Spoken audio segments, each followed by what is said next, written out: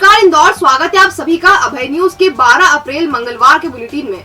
मैं हूं आपके साथ आकांक्षा पिवाल। आइए देखते हैं शहर भर की खास खबरें।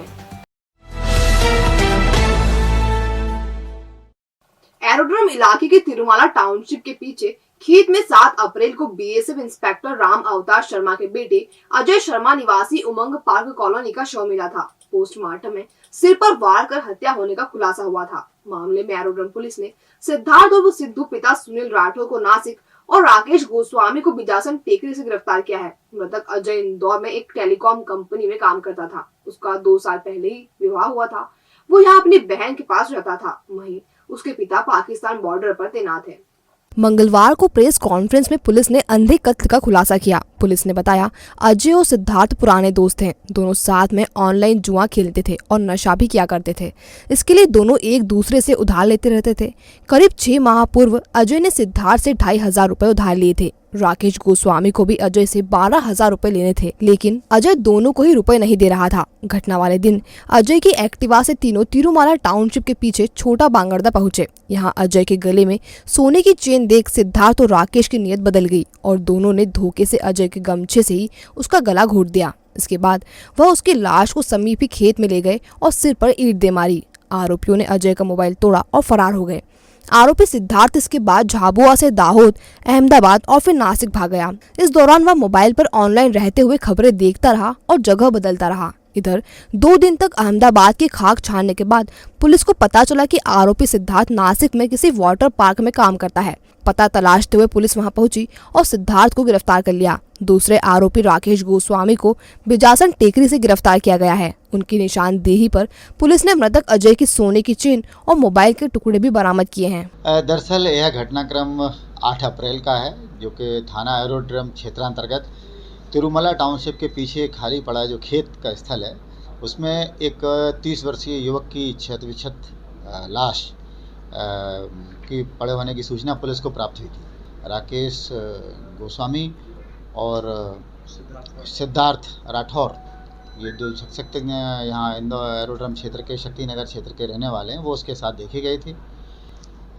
विभिन्न जो हमारी तकनीकें हैं उनको ट्रैक करने की, उसका सहारा लिया गया और अंततः जो आरोपी राठौर है उसको नासिक के पास राउंड अप किया गया और उसे यहाँ लाने के बाद उससे हुई पूछताछ के आधार पर उसके एक अन्य साथी राकेश गोस्वामी को भी राउंड अप कर लिया गया है।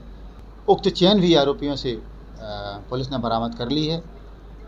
इस पूरी कार्यवाही में थाना प्रभारी एरोड्रम निरीक्षक संजय शुक्ला और उनकी टीम के साथियों ने बहुत मेहनत की और लगातार विभिन्न मतलब मध्य प्रदेश के शहरों सहित गुजरात के अहमदाबाद, नासिक इत्यादि अनेक जगहों पर लगातार पीछा करके और यह दोनों ही आरोपियों को राउंड अप किया और इस अंधे कत्ल का खुलासा करने में सफलता प्राप्त हुई।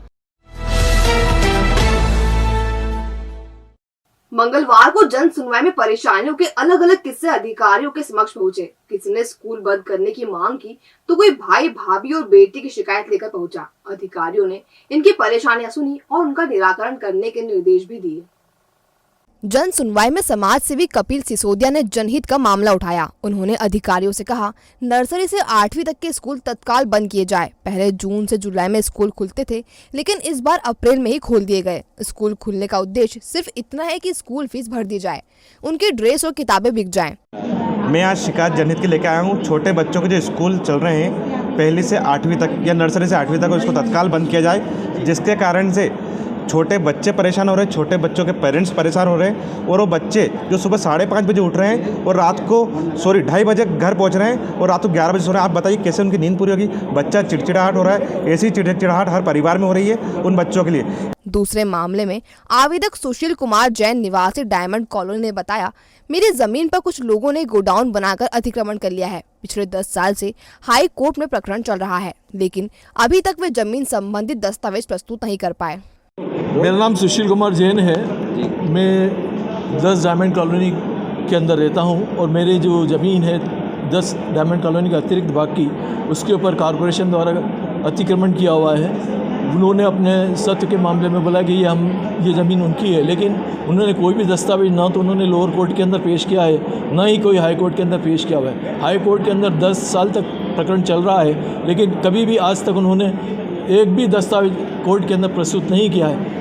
एक अन्य मामले में 3 इमली स्थित अभिनय नगर स्थित कुमिका पाल अपने पिता के साथ भाई भाभी की शिकायत लेकर पहुंची। कुमिका ने बताया उसके भाई अमित पाल और भाभी पूजा पाल ने पापा पर दहेज प्रताड़ना का झूठा केस लगा दिया और मकान पर भी कब्जा कर लिया।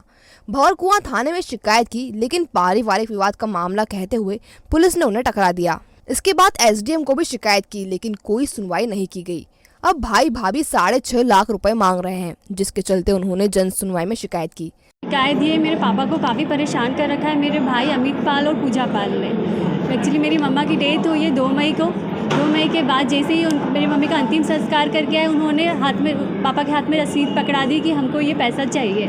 उसके बाद बल्कि जिसमें कि उन्होंने कोई पैसा नहीं दिया है। उसके बाद मेरे पापा भंवरकुआं थाना गए। भंवरकुआं थाने में बोलकर पारिवारिक समस्या कहकर टाल दिया। फिर हम यहाँ पर गए, हमको किसी ने बोला सीनियर सिटीजन जाओ, आपकी वहाँ सुनवाई होगी। एसपी चौबे सर ने हमको बोला है कि उन्होंने 2 महीने काउंसलिंग करी। जो जज सर है RD यादव जी, उन्होंने कहा था कि हाँ आप बिल्कुल जी 9 है, और मेरे पापा को बोला कि 15 दिन में आपकी सुनवाई होगी। और जो वो पुलिस के SDM सर आपको 15 दिन के अंदर आपका खाली भी करवाएंगे, प्लस आपको जो झूठा केस मेरे पापा पे दहेज प्रथा का भाई भाभी ने रंजिश के कारण कराया वो भी रद्द करवाएंगे। पर 3 महीने हम SDM ऑफिस में आए। SDM ऑफिस में सर ने भी हमको बस सिर्फ कुछ नहीं, सुनते ही नहीं है कुछ भी। SDM सर जो अंशुल सर, उन्होंने हमारी कोई सुनवाई ही नहीं करी। इस तरह 93 वर्षीय बसंती लाल शारदा निवासी बेटमा ने वकील बेटे अशोक शारदा पर प्रताड़ित करने का आरोप लगाया। उन्होंने कहा पत्नी के नाम दुकान पर उसने कब्जा कर लिया है। अब मैं भरण पोषण के लिए खेत बेच रहा हूं, तो उसमें भी अड़ंगा लगा रहे हैं। इसके अलावा अन्य मामले भी मेरे लड़के को पढ़ा करवा के वकील बनाया, वही मेरे को परेशान कर दिया। मेरी वाइफ के नाम दुकान खड़ी, उस पर कब्जा बैठ गया और तेरा वकील वो कुछ नहीं करेगा। SDO के या पुलिस रिपोर्ट में 3 वक्त रिपोर्ट करी, कुछ सुनवाई, इसलिए जन सुनवाई में आया। अब मैं मेरे भरण पोषण के लिए खेत बेचे, उसमें भी अड़ंगा कर रहा था। उसकी लड़की की शादी में 19 लाख रुपए दिए और 10,000 अलग से खर्च करे। एक खेत, उसकी उम्र 10 साल, अज्ञान पालक बसंती लाल ने खरीदा और वो बेच दिया 1 करोड़ में। अब मैं मेरी ज़मीन छोटी बेचा, उसमें दे दिया, परेशान हो गया। बुढ़ापे में क्या करूं, मेरा कोई साधन ही नहीं है। इसके अलावा अन्य मामले भी अधिकारियों ने सुने और समस्याओं के निराकरण के लिए मातहतों को निर्देशित किया। इधर पुलिस की जन सुनवाई में 32 मामले सामने आए। इसमें कई मजेदार मामले भी देखने को मिले। इसमें पति पत्नी ने शिकायत की। पत्नी बोली सास ससुर दहेज मांग रहे हैं। अब अधिकारियों ने पति से पूछा तो पत्नी ने भी कहा कि माता पिता दहेज के लिए प्रताड़ित कर रहे हैं। इस पर पुलिस ने उनकी काउंसलिंग की बात कही। इसके अलावा जमीन संबंधित, फाइनेंस संबंधित मामले भी पहुंचे। हाँ, जन सुनवाई थी और करीबन अभी तक 32 मामले आ चुके हैं और उसमें बड़े इंटरेस्टिंग भी मामले आए हैं। एक पति पत्नी शिकायत करने आए थे, तो पत्नी जो है वो सास ससुर की शिकायत कर रही है और उसका पति, मतलब जो पति है वो अपने माँ बाप की शिकायत कर रहा है। दोनों मिलकर शिकायत कर रहे हैं कि माँ बाप जो है वो दहेज मांग रहे हैं। तो उसकी काउंसलिंग के लिए मैंने लिखा है कि यदि दहेज मांग रहे हैं तो पुत्र का भी जवाबदारी बनती है कि वृद्ध माँ बाप की सेवा करना, उसमें भी वरिष्ठ नागरिक संरक्षण अधिनियम लगता है, माता पिता वरिष्ठ नागरिक संरक्षण अधिनियम। और पुत्री भी, मतलब उसकी पत्नी भी शिकायत कर रही, दहेज मांग रहे हैं, दोनों अलग रहते हैं। तो उनको मैंने काउंसलिंग के लिए बोला है, उसके आधार पर उस पर कार्रवाई करेंगे। बाकी और प्रकरण आए हैं, कुछ ज़मीन से संबंधित हैं, कुछ एक फाइनेंस से संबंधित भी हैं कि किसी और के नाम से फाइनेंस किया जा रहा है, कोई और गाड़ी चला रहा है और जिसके नाम से फाइनेंस हो रहा है उसके पास बैंक वाले पहुंच रहे हैं। ऐसे काफ़ी केसेस आए हैं, तो उस पर हम कार्रवाई कर रहे हैं।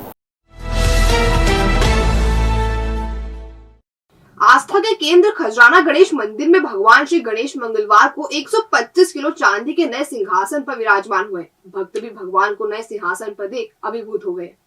खजराना गणेश मंदिर में 125 किलो चांदी और 300 किलो तांबे का इस्तेमाल कर नया सिंहासन बनाया गया है। जयपुर में बने सिंहासन को जयपुर के ही कलाकारों ने बनाया है। मंगलवार को 5 कारीगर जयपुर से इंदौर आए और भगवान को नए सिंहासन पर विराजित किया। अभी जो सिंहासन जो खराब होता पुराना, वो निकाल के डबल से बनाया गया है।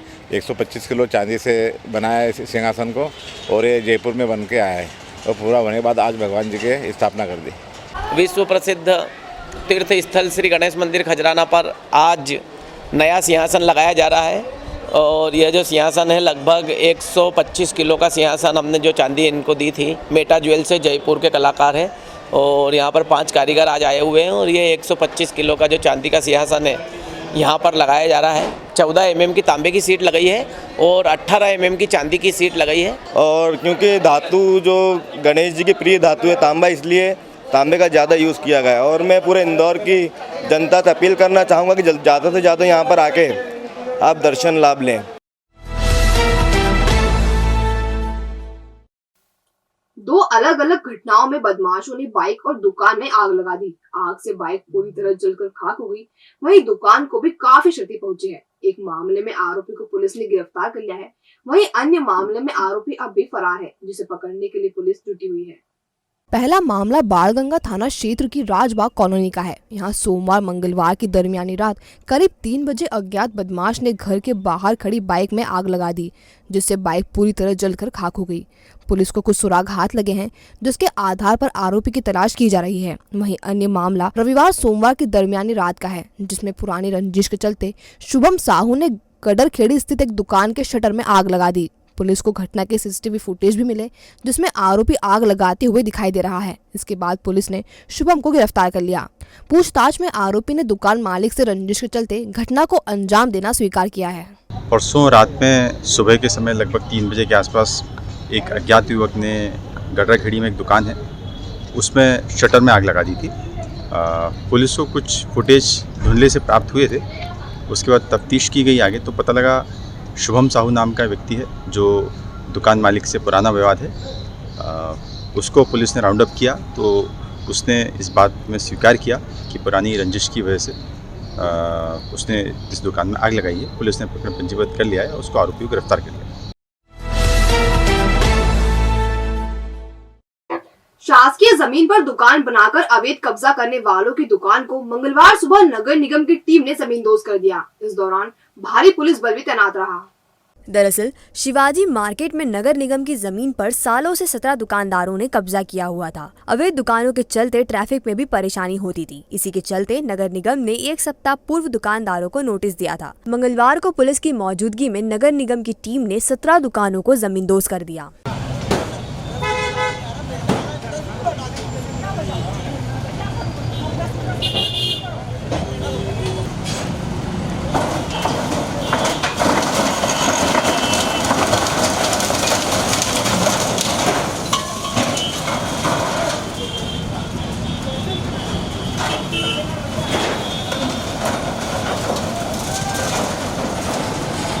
और 17 लोगों ने सरकारी ज़मीन पे उनका कब्ज़ा था, तो ये आज कब्ज़ा भी हटा के हम लोग स्कूल को भी अप्रोच दे रहे हैं और पीछे रोड मिला रहे हैं। इसलिए आज ये हम लोगों ने सुबह इस पर कार्रवाई की। यहाँ पर किसी प्रकार का विरोध नहीं, किसी प्रकार का विरोध नहीं हुआ। हम लोगों ने 3 दिन से उनको कहलवा रखा था। 1 हफ्ते पहले भी नोटिस दे दिए जा चुके थे और उनको पर्याप्त समय देके उनको सामान निकलवाने के बाद ही ये सब कच्चे स्ट्रक्चर थे वो सब हम लोग हटा रहे हैं। 17 है, सरकारी ज़मीन है, ये नगर निगम की ज़मीन है। तो पीछे स्कूल है, स्कूल के लिए ही हम लोग ये जगह खाली कर रहे हैं। इन दिनों गर्मी के प्रचंड तेवर शहर वासियों की परीक्षा ले रहे हैं। बादलों के बावजूद पारा छलांग लगा रहा है। दिन के साथ रात में भी लोगों को गर्मी से निजात नहीं मिल रही। गर्मी से बचने के लिए लोग कई तरह के जतन कर रहे हैं। सोमवार दोपहर बादल छाए, जिससे धूप से निजात मिली, लेकिन अधिकतम तापमान 40.1 डिग्री सेल्सियस रहा, जो सामान्य से 2 डिग्री अधिक था। वहीं मंगलवार को भी हल्के बादल छाए रहे। दरअसल बंगाल की खाड़ी में सिस्टम बनने से बादल छाए हुए हैं। गुरुवार से आसमान साफ हो जाएगा। अप्रैल के अंत तक तापमान 43 से 44 डिग्री सेल्सियस तक भी जा सकता है। एक दिन में ये घटकर 19 और 20 के आसपास रह गया और जो अधिकतम तापक्रम उसमें भी 1 से 1.5 डिग्री गिरावट दर्ज की गई है। यानी कि हम ये कह सकते हैं कि अभी 2 या 3 दिन तक ये जो अधिकतम तापक्रम है वो 40 और 41 के बीच में बने रहने की संभावना, और जो न्यूनतम तापक्रम है वो भी अभी 2 या 3 दिन तक 20 और 21 डिग्री के आसपास बना रहेगा। और 3 दिन के बाद यानी हम ये कह सकते हैं कि 14 तारीख के बाद में जो अधिकतम तापक्रम है उसमें हमको बढ़ोतरी देखने को मिलेगी और ये बढ़कर 42 और 43 के आसपास रहने की संभावनाएं हैं। लेकिन जो न्यूनतम तापक्रम है उसमें गिरावट आएगी और ये 18 और 20 के आसपास रहने की संभावनाएं हैं। और इसकी मेन वजह यह है कि अभी जो हमको अरब सागर से नमी प्राप्त हो रही है और जिसके कारण क्या हुआ कि उत्तर पूर्वी और विदर्भ से एक द्रोणिका का निर्माण हुआ, जिसके कारण हम देख रहे हैं कि मध्य प्रदेश के ऊपर आज और कल से हमको जो बादल देखने को मिल रहे हैं, ये स्थिति सुबह शाम बादल वाली स्थिति 1 या 2 दिन रहेगी और 2 दिन बाद ये मौसम साफ होगा और जो अधिकतम तापक्रम है वो फिर से बढ़ने की संभावना है। और अब खबरें दे दनादन। ऑपरेशन प्रहार के तहत गांजा बेचने वाले एक बदमाश को हीरानगर थाना पुलिस ने गिरफ्तार किया है। आरोपी के पास से 3.5 किलो गांजा भी बरामद किया है। न्यू गौरी नगर में रहने वाले आरोपी संतोष पिता नथुलाल नरवालिया शक्कर खेड़ी ईट भट्टे के पास किसी को गांजा बेचने के लिए खड़ा था, तभी पुलिस ने उसे धर दबोचा। आरोपी ईट भट्टे की आड़ में गांजे की खेती करता था। हीरानगर थाना क्षेत्र में कल एक कार्रवाई हुई है जिसमें शक्कर खेड़ी के पास एक ईट भट्टा है। वहाँ पर पुलिस को सूचना प्राप्त हुई थी कि कुछ गांजा जो है वहाँ पर एक व्यक्ति के पास में है जो बेचने के फिराक में है। तो पुलिस ने दबिश दी। दबिश देकर वहाँ एक बोरा मिला। बोरे में पुलिस को कुछ गांजे के पौधे मिले। आरोपी तो अभी एक है। पुलिस ने उसको गिरफ्तार कर लिया है। पूछताछ कर रहे हैं कि कहाँ से लग के आया था। आगे भी हम उसको ट्रेस कर रहे हैं। क्या कीमत का वो सब गांजा? बढ़ती बेरोजगारी, व्यापम एग्जाम में गड़बड़ियों के विरोध में युवक कांग्रेस ने सोमवार को कलेक्टर ऑफिस का घेराव किया था। मामले में पुलिस ने प्रकरण दर्ज किया है। रावजी बाजार थाना प्रभारी प्रीतम सिंह ठाकुर ने बताया, बिना अनुमति जुलूस निकालने और कलेक्टर ऑफिस का घेराव करने के मामले में प्रदेश अध्यक्ष विक्रांत भूरिया, जिला अध्यक्ष दौलत पटेल, शहर अध्यक्ष रमीज खान सहित इशिता सेठा, स्वप्निल कामले, अभिजीत पांडे, प्रतीक जैन, भावेश अग्रवाल, नरेंद्र चौधरी, अजित बोरासी सहित 10 से 12 साथियों पर धारा 188 का केस दर्ज किया गया है। एरोड्रम थाना क्षेत्र की अंबिकापुरी में रहने वाले आदित्य अग्रवाल डी मार्ट से सामान खरीदकर मोबाइल पर बात करते हुए पैदल अपने घर जा रहे थे। इसी दौरान बाइक पे आए 2 बदमाश उनसे मोबाइल छीनकर फरार हो गए। पुलिस ने अयान निवासी जूना लिसाला को पकड़कर पूछताछ की तो उसने बताया फैजान निवासी जूना लिसाला के साथ मिलकर दोनों ने मोबाइल लूटा था। पुलिस ने दोनों को कोर्ट में पेश किया, जहाँ से उन्हें जेल भेज दिया। और मोबाइल का उपयोग करने के दौरान ये पता चला कि उक्त मोबाइल जो है अयान निवासी जूना रिसाला, अयान सिरपुर का रहने वाला है। उक्त नाम का लड़का जो है वो उसका उपयोग कर रहा है। जब उसको अभिरक्षा में लेकर पूछताछ की गई, उसके द्वारा बताया गया कि फैजान निवासी जूना रिसाला के साथ मिलके उसने बाइक से मोबाइल छीना था। दोनों को गिरफ्तार कर लिया गया है, न्यायालय पेश किया गया है। माननीय न्यायालय द्वारा दोनों को जेल भेज दिया गया है।